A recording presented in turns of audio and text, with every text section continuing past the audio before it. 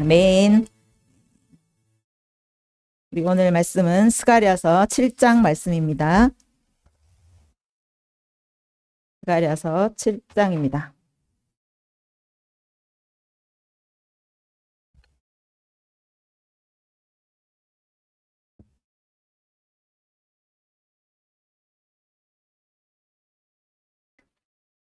봄이 돼서 얼마나 잠이 오는지.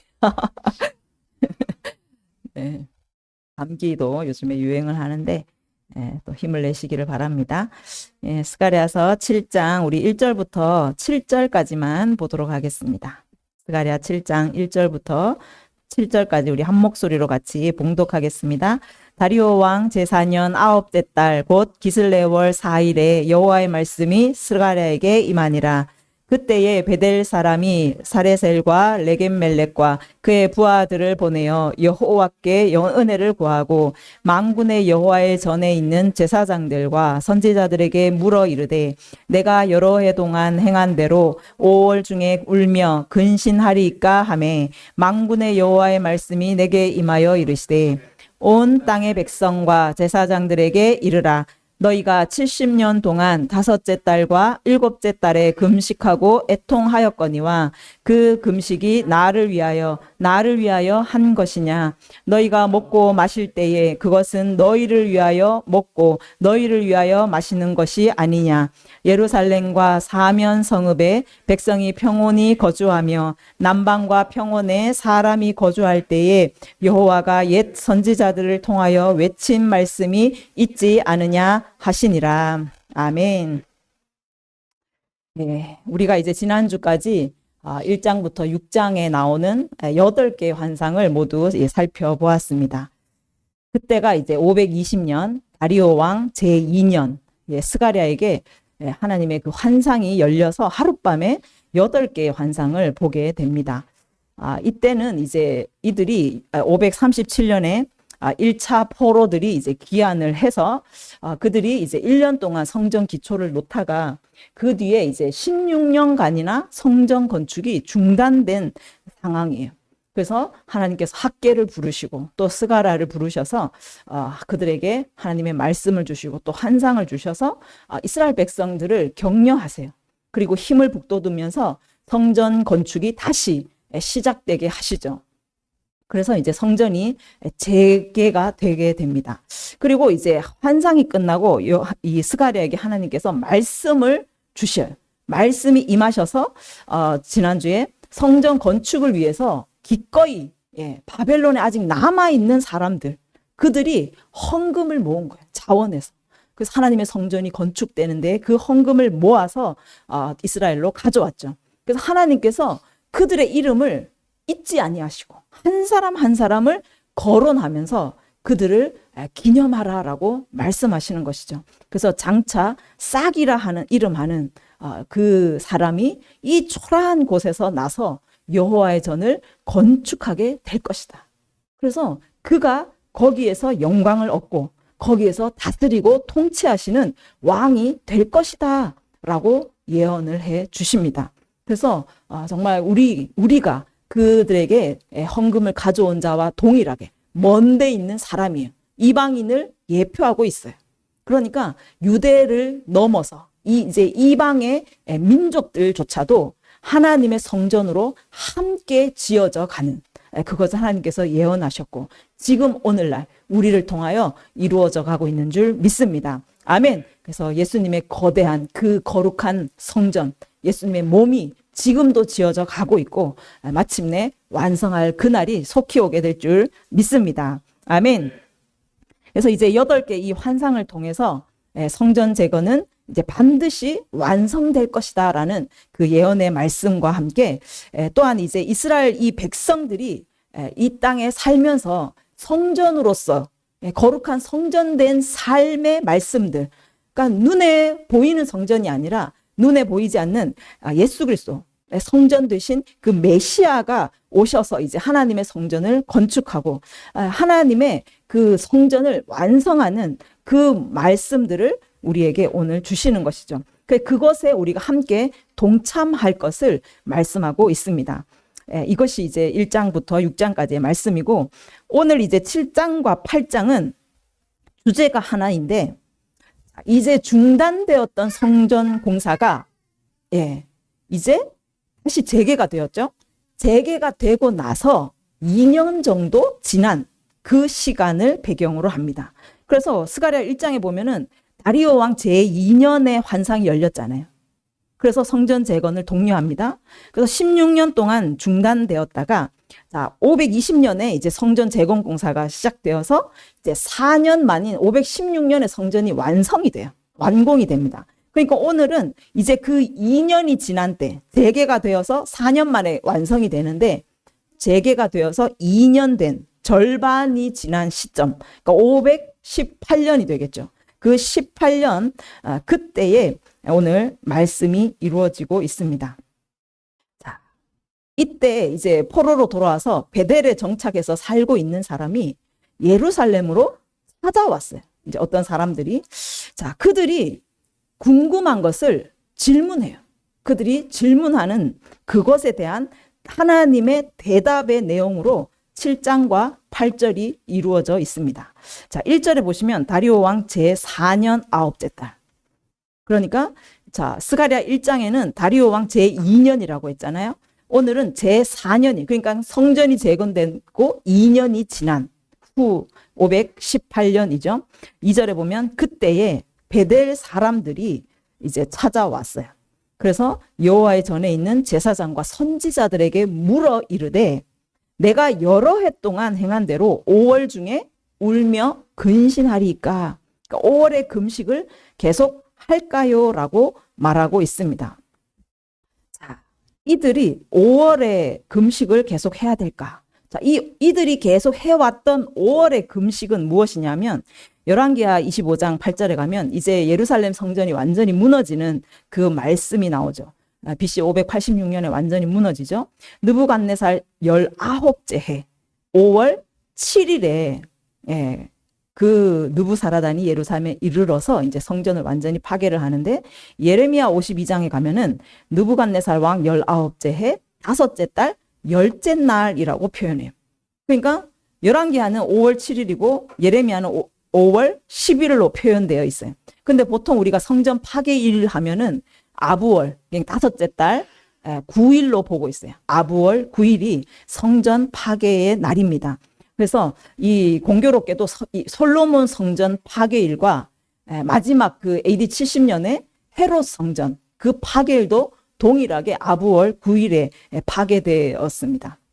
그래서 그날과 이 솔로몬 성전 그 파괴된 날이 똑같기 때문에 지금도 그 시간이 엄청나게 흐른 지금도 이스라엘 민족 사람들은 이 5월에 그 파괴를 아파하면서 그날 금식을 행하고 있어요. 그래서 통곡의 벽에 가서 애통하면서 기도하는 그 날로 지금 지키고 있습니다.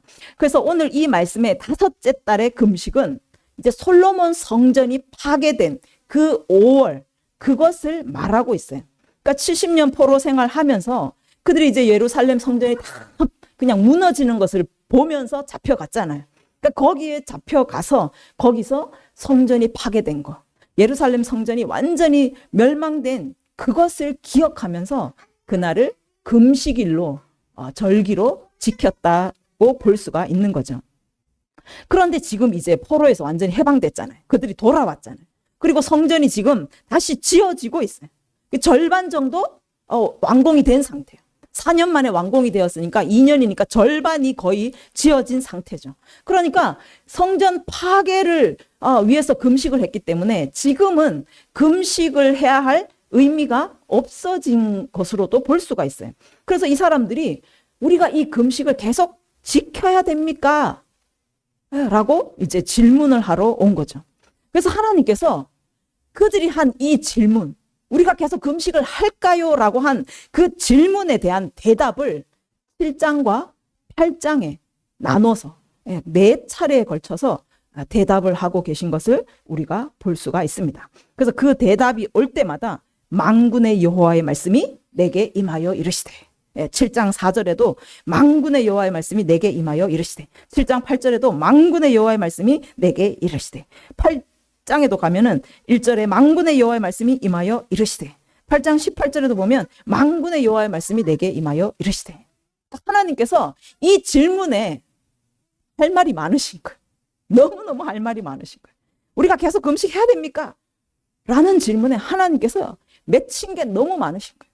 그래서 할 말이 많으셔서 그 질문 하나에 대답을 2장에 걸쳐서 4차례에 걸쳐서 대답하시는 것을 우리가 볼 수가 있어요. 그래서 4절부터 이제 임하여 이르시되 5절에 보면 온 땅의 백성과 제사장들에게 이르라. 그러니까 온 땅의 백성들에게 이르라 라고 말씀하세요. 그러니까 이 대답은 유대인에게만 속한 것이 아니고 하나님께서는 지금 이 말씀을 이스라엘 사는 유대 백성을 넘어서 시간과 공간 그 모든 것을 넘어서 온 땅의 백성들이 이 말을 듣기를 원하신 거예요. 지금 오늘을 살고 있는 하나님의 백성들, 지금의 성도들에게도 하나님께서는 이것을 들으라라고 하나님이 말씀하시고 계세요.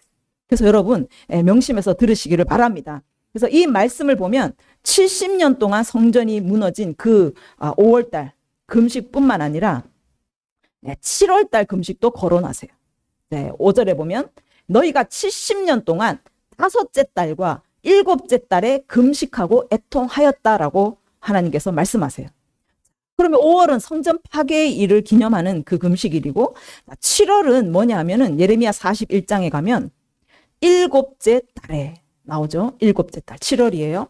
7째 달에 무슨 일이 일어났느냐 하면 이 유대 땅의 마지막 왕이 시드기야 왕이잖아요. 시드기 왕이 그 처참하게 정말 쇠사슬에 묶여서 끌려갑니다. 2눈이 뽑힌 채로 그 바벨론으로 끌려가는데 그 뒤에 바벨론이 이스라엘의 남은 사람들, 가장 막 천민들 이런 사람을 남겨두고서는 그달랴라고 하는 사람을 총독으로 세워놨어요.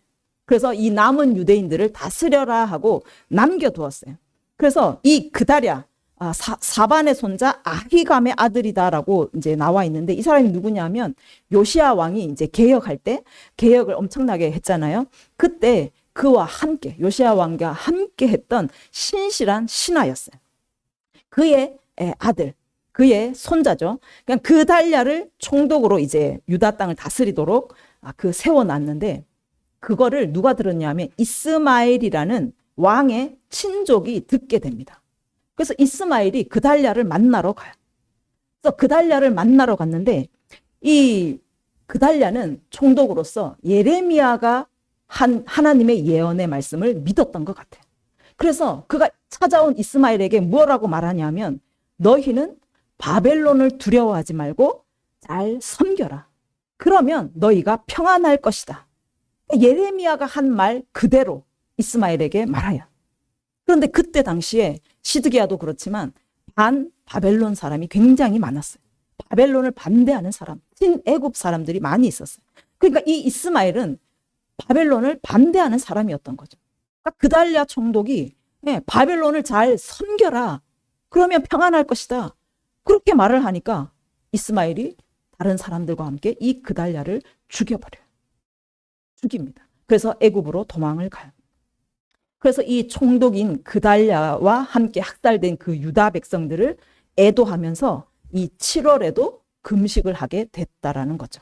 그래서 이 금식은 한 달 동안 하게 되는데 이 금식을 하루 종일 굶는 게 아니라 하루 중에 어느 그 시간을 정해서 얼마 동안은 금식하고 또 먹는 시간이 있어요.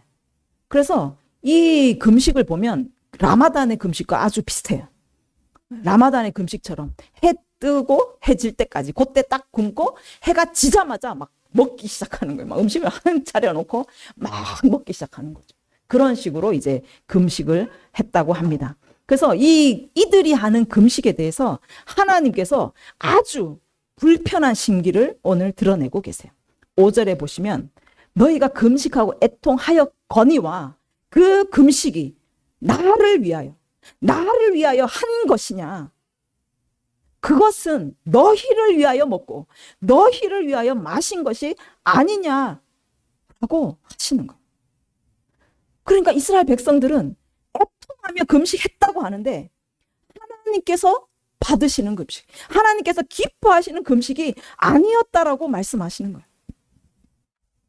왜 그럴까요?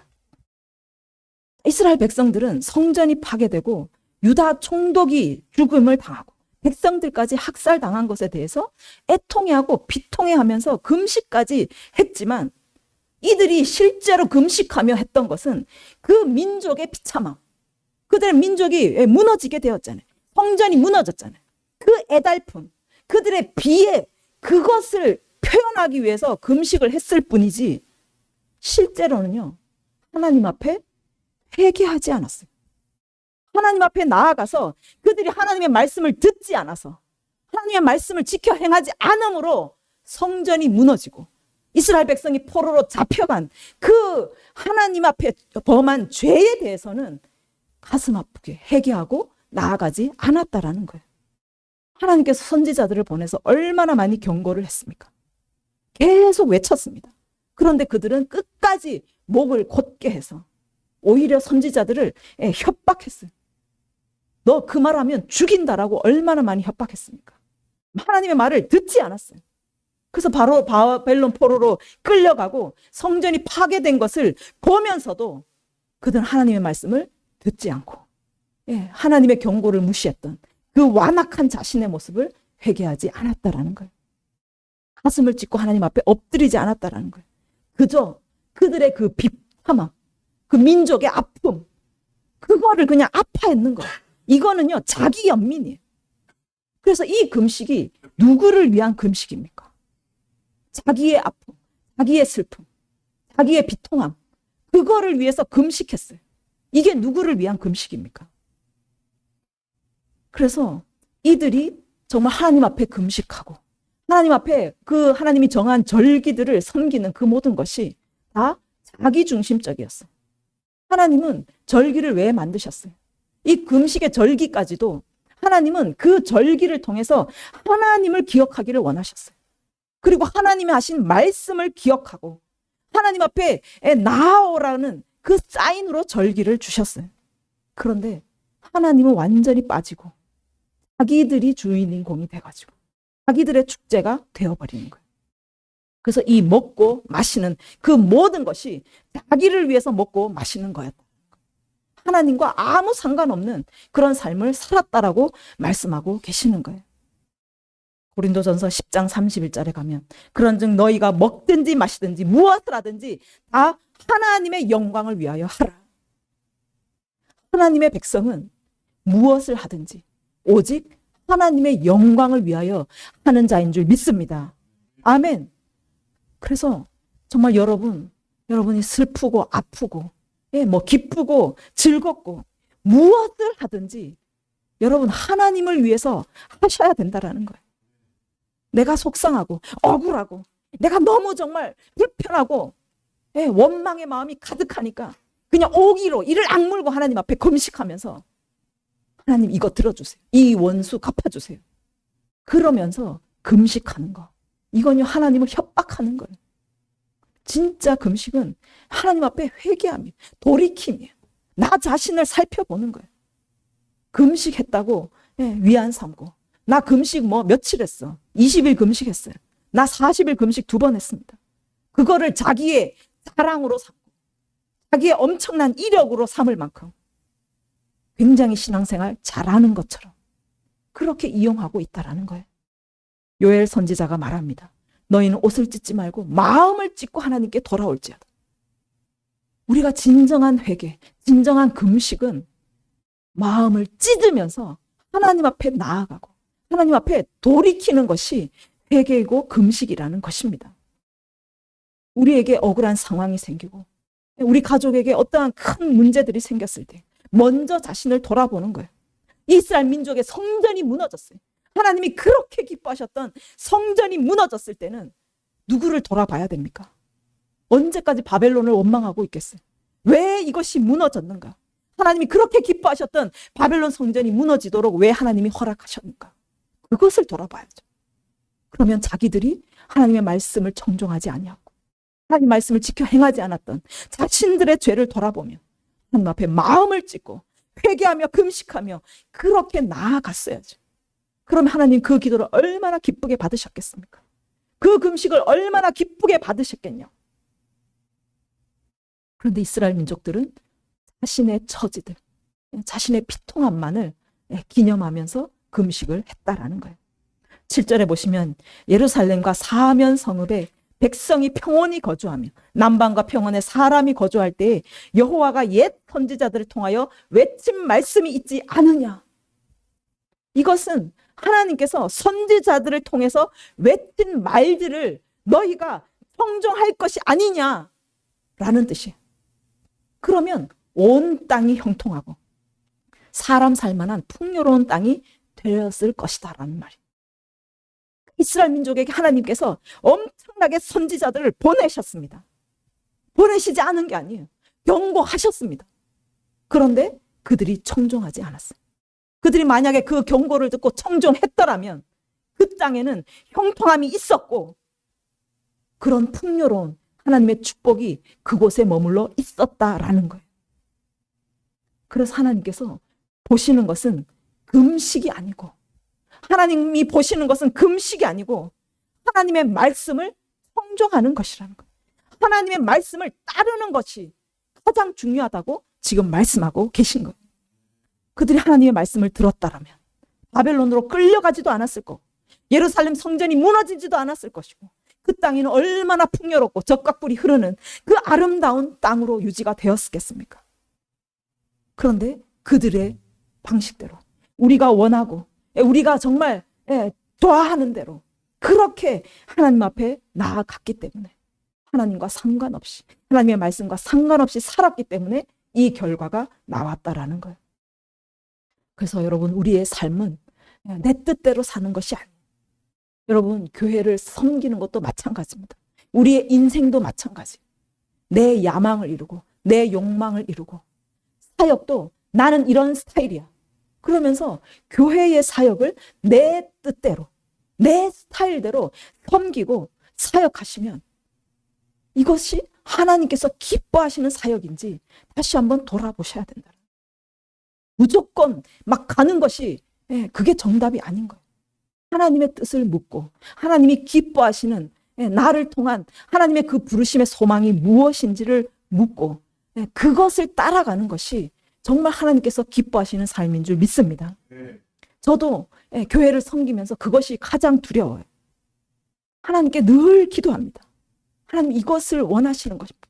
이것이 하나님이 우리 교회에게 맡기신 사명입니까? 계속 저는 묻고 또 묻습니다. 왜냐하면 너무너무 두려운 거예요. 내가 원하는 것을 할까? 너무 두렵습니다. 내가 원했고 내가 정말 이런 교회를 세우고 싶었던 어떤 그런 교회를 세우고자 막 나아갈까 봐. 그래서 계속 두렵고 하나님께 묻고 하루에도 몇 번씩 그것 때문에 고민하는 거예요. 하나님 그냥 보통 평범한 교회처럼 그냥 그렇게 나가면 안 될까요? 계속 묻습니다. 그래서 정말 저는 그래요. 하나님의 뜻이라면 성도님들이 한 번도 원하지 않아도 하나님의 뜻이라면 저는 그 뜻을 따라야 되는 거예요. 성도님들이 이것이 싫다고 해서 다 떠나신다 할지라도 저 혼자 남는다 할지라도 저는 하나님의 뜻을 따라야 되는 거예요. 그것이 힘든 길일지도 모르겠지만 저는 계속 그 기로에 서는 거예요. 사람을 좋게 할까? 하나님을 기쁘시게 할까? 계속 그 기로에 서는 거예요. 다시 한번 또 결단합니다. 사람들이 싫어해도 성도들이 원하지 않아도 하나님이 뜻이라면 하나님이 말씀하신다면 저는 순종하고 그 길을 가겠습니다. 이것이 고통의 길이라 할지라도 주님 저는 그 길을 가겠습니다. 혼자라도 가겠습니다. 그렇지만 너무 힘들기 때문에 동력자를 붙여주십시오. 그렇게 기도하며 나아갑니다.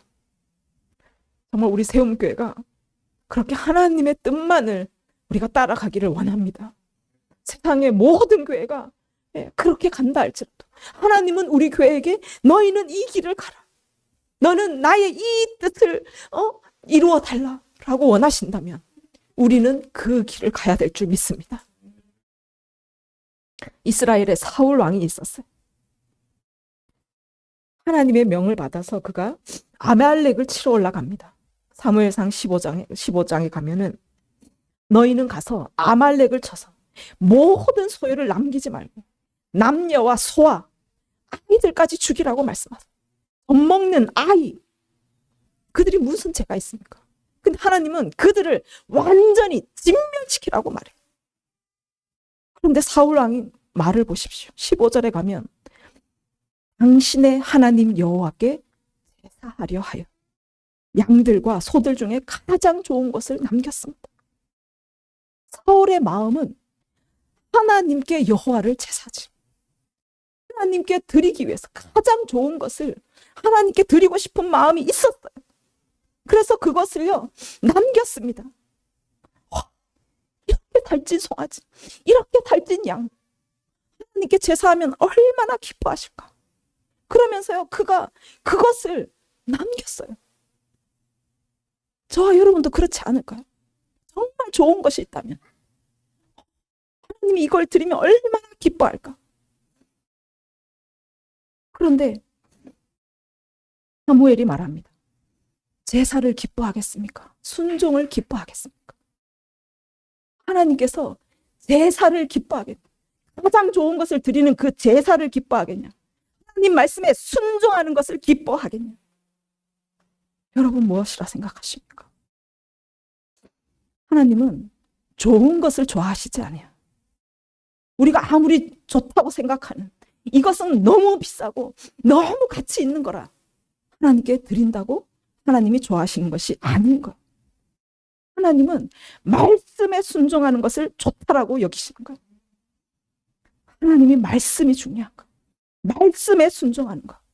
그래서 말씀을 거역한, 하나님의 말씀에 순종하지 않는 내 생각대로 좋은 것이라고 생각하는 그것을 무엇이라고 하냐면 점치는 죄와 같다라고 말해요.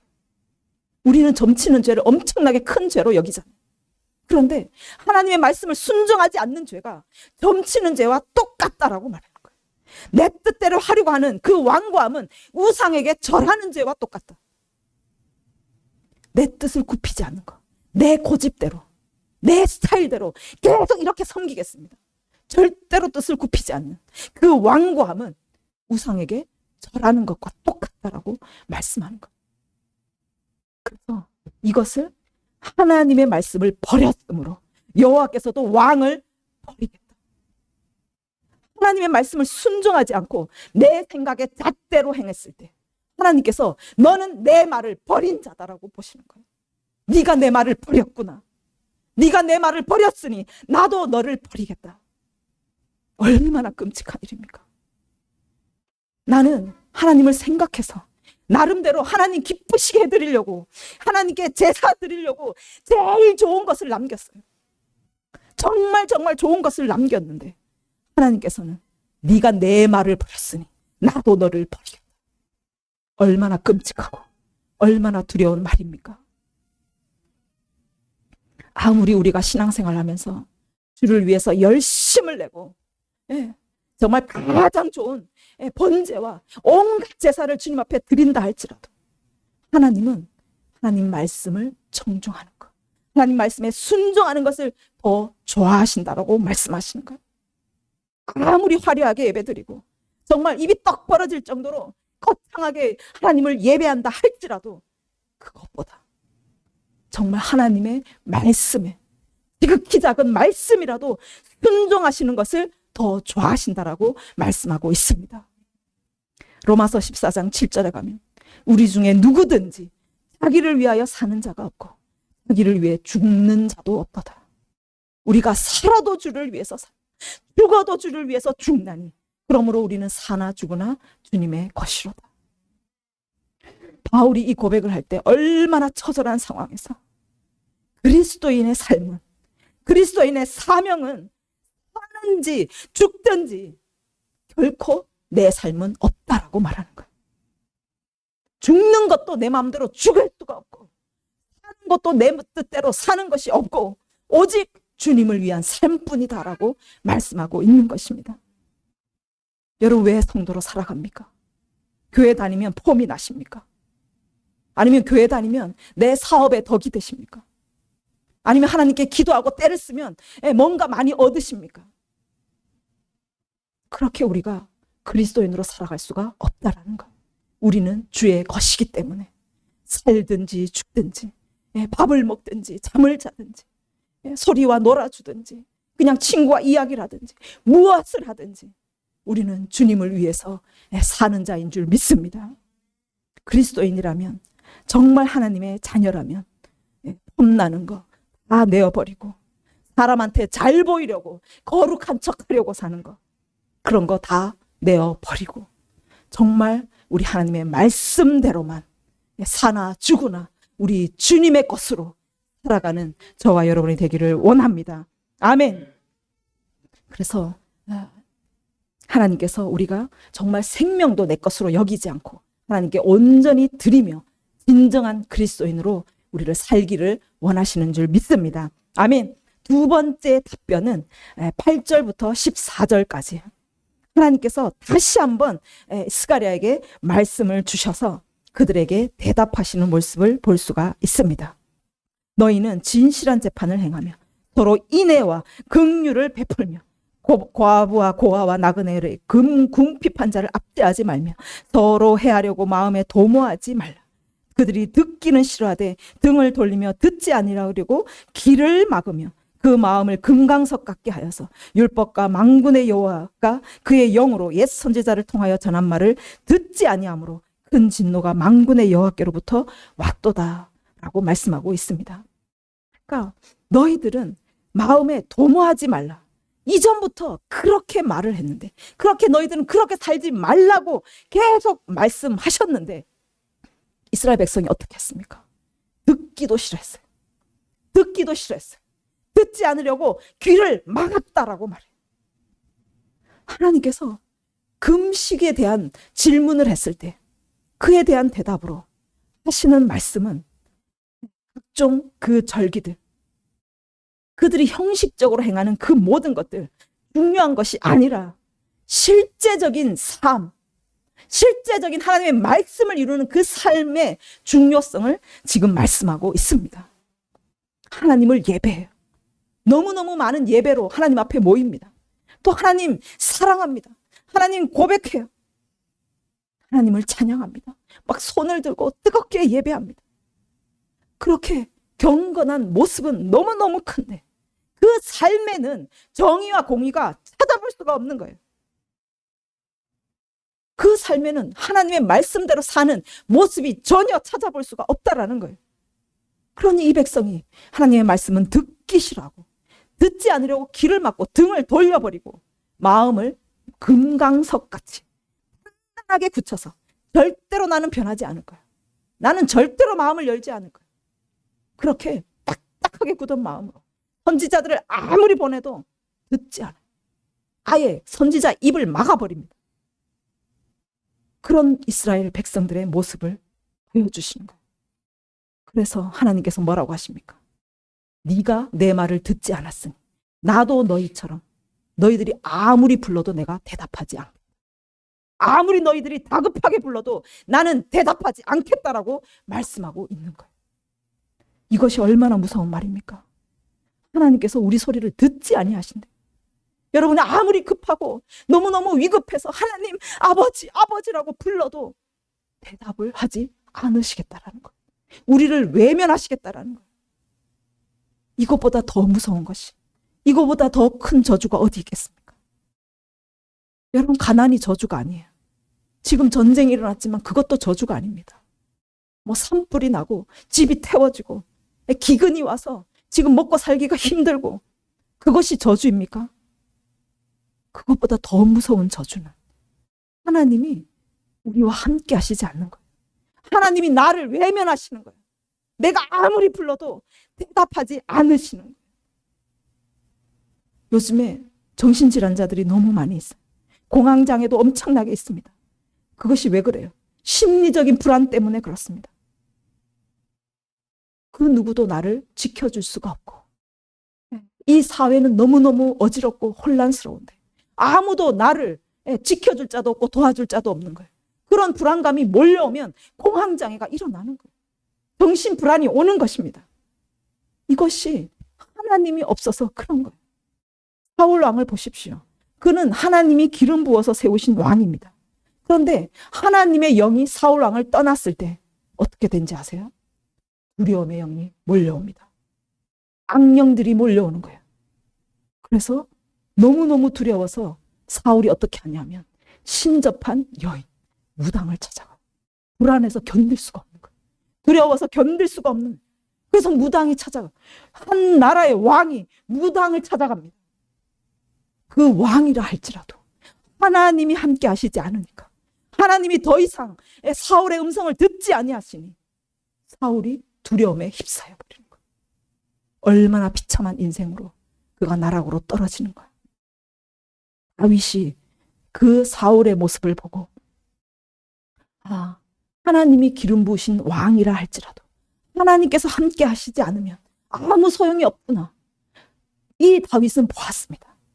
그래서 전쟁이 난다 해도 하나님이 함께 하시면 그곳에는 승리가 있고, 아무리 작은 일이라 할지라도 하나님이 함께 하시지 않으면 그것은 이길 수 없는 싸움인 것을 다윗은 깨달아 알게 되었다.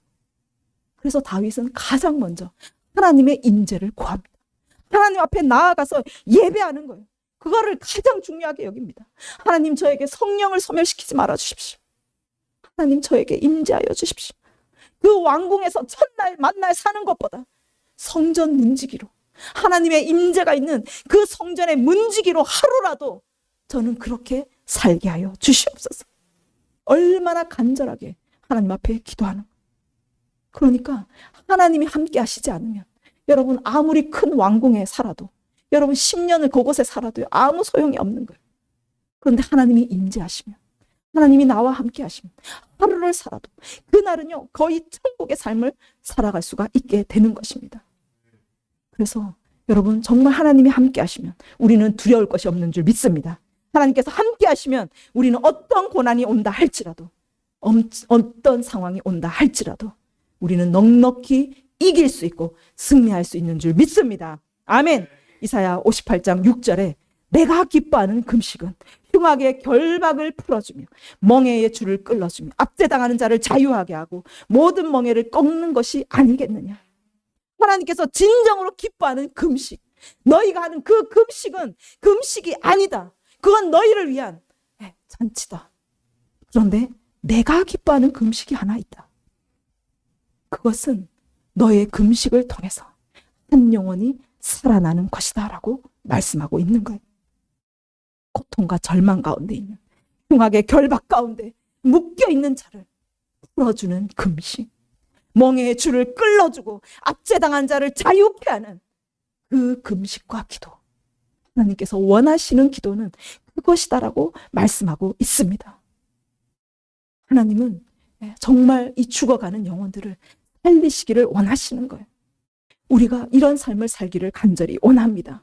하나님의 우리가 마음을 알고 내 기준대로, 정말 내 기뻐하는 대로, 내 좋은 대로 살아가는 자들이 아니라 오직 하나님의 말씀에 순종하며 하나님이 기뻐하시는 기도를 올려드리고 하나님이 기뻐하시는 금식을 올려드림으로 인하여서 수많은 영혼들을 살리고 정말 절망 가운데, 죽음의 고통 가운데 있는 영혼들과 민족들을 살려내서 그들을 축복 가운데로 하나님의 자녀들로 정말 세우는 그런 삶을 저와 여러분이 살아가기를 간절히 원합니다. 그래서 하나님의 위대한 역사 가운데 동력하고 동참하고 하나님께 쓰임받는 귀한 세움교회 성도들의 삶이 되시기를 간절히 원합니다. 아멘. 우리 이 시간에 함께 기도합시다.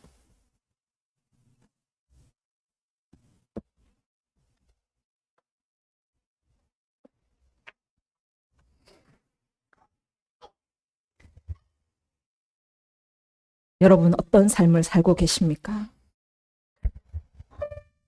하나님은 하나님의 말씀에 순종하고 하나님께서 기뻐하시는 것을 우리가 하는 것을 원하십니다. 내가 기뻐하고 내가 좋은 것을 하나님께 드리는 것이 아니라 하나님이 원하시는 것, 하나님이 말씀하시는 것을 드리는 것을 너무너무 기뻐하신다라는 것.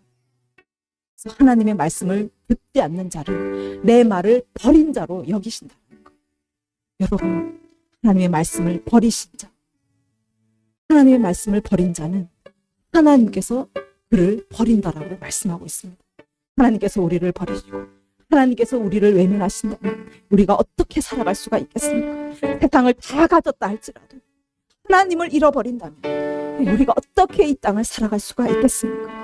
여러분, 하나님 한 분만을 원하시기를 바랍니다. 하나님의 임재를 사모하시고 하나님이 원하시는 삶을 살기를 간절히 사모하며 나아가시기를 바랍니다. 왕궁 같은 그 삶 우리 원하지 않습니다. 성전 문지기로 하루라도 그렇게 살기를 원합니다. 하나님의 임재 가운데 하나님이 기뻐하시는 삶을 살기를 원하오니 주님, 우리의 마음을 붙잡아 주시옵소서. 우리의 성령 충만케 하셔서 하나님의 마음에 합당한 삶을 살아갈 수 있도록 주님 기름 부어 주시옵소서. 함께 기도하시겠습니다. 주여.